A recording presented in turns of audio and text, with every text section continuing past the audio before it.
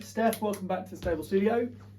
So another little bit of a hack for you today. I was just playing in B major over this kind of backing track that I created, which is reminiscent of a few sort of well-known sort of country blues kind of songs.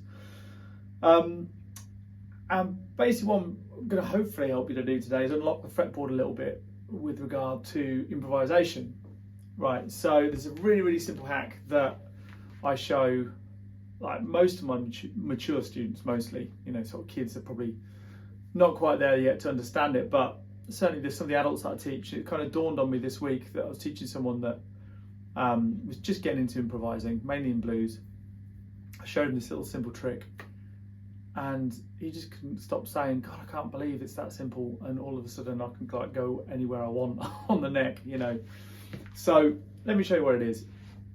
It's, like I say, super simple, and it's basically just a shape. Now, before I just get into that, I just want to go back to the video I did recently on key signatures. We were talking about relative major and minor. Now, if you haven't seen that video, I'll link it in the description, but every major key has a relative minor key. So every major chord has a relative minor chord. So if you're in the key of A major, turn the delay off. A major, the relative minor is F sharp minor. Okay, and what that means is the notes of the A major scale are the exact same notes as the F sharp minor scale. The exact same notes, just from a different starting point. Okay, so A major is A, B, C sharp, D, E, F sharp, G sharp. The F sharp minor scale is F sharp, G sharp, A, B, C sharp, D, E. So the exact same notes, but from a different starting point.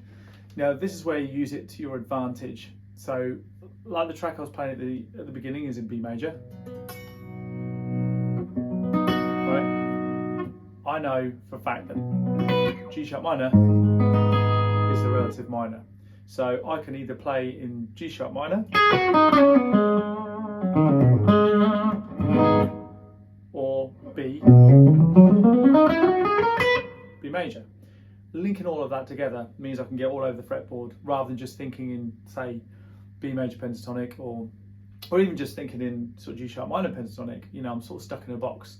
Whereas if I can link the two together, I can get right across the neck, and that's the secret. Now, the hack to it is a shape, a really simple shape, and it's this.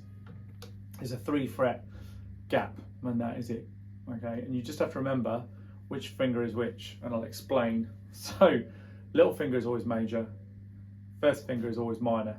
If you're fretting it with your little finger, you might fret it with your third. I prefer to do a 3-fret stretch with my little finger because I've got the biggest hands in the world. So this is the shape. So major, minor, every single time. It works. So if I'm in the key of B major, my little finger needs to be on the major. That's telling me the relative minor key, which is G sharp minor. You might have learned it this way, like a B major pentatonic, starting from there. You might have seen that that's the same shape as the minor G sharp minor pentatonic. Anyway, it's the same shape in the same place, right? But anyway, this is a way to work it out. So from B major, 3 frets behind that is going to be relative minor. If the song's in B minor, that happens. That has to be on the minor, and then it's telling you where your relative major is. So if you're in a minor key, put your first finger on the root, and then that's telling you where your relative major key is. So if we're in B minor, and let's say we're playing some Comfortably Numb or something by Pink Floyd,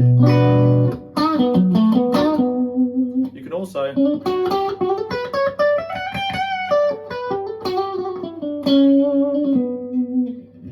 use the, I was just using the D major scale there, and because it's the exact same notes as B minor, it just sounds like B minor because the chord underneath is a B minor, right? So it's that simple. So to give you some other examples, if it's F minor, minor is your first finger, that's telling me that A flat major, or G sharp major, whichever one you want to call it in this particular key, if we're in the key of F minor, I'd probably call that an A flat minor. A flat major, sorry.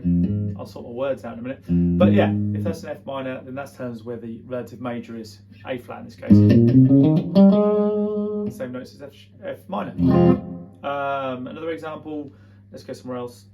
B flat minor, and then you'd get D flat major. There's your major. So little finger is always major, first finger is always minor. That's the relationship, easy as that. So any key you're playing in, and you want to just kind of get around the neck a little bit more, just link the relative major or minor scale to whatever you're in. So G minor, if you're stuck here, thinking, oh, I can't get out of this, I just know position 1, minor pentatonic. If you know a major scale shape, there's your starting point for the major scale.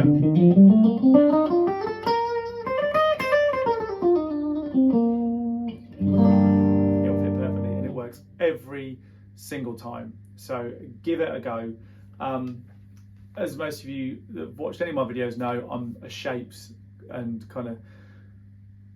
shapes and patterns kind of guy. So I'm not necessarily always thinking in theory like, oh, what's the 6th chord of the key of F major?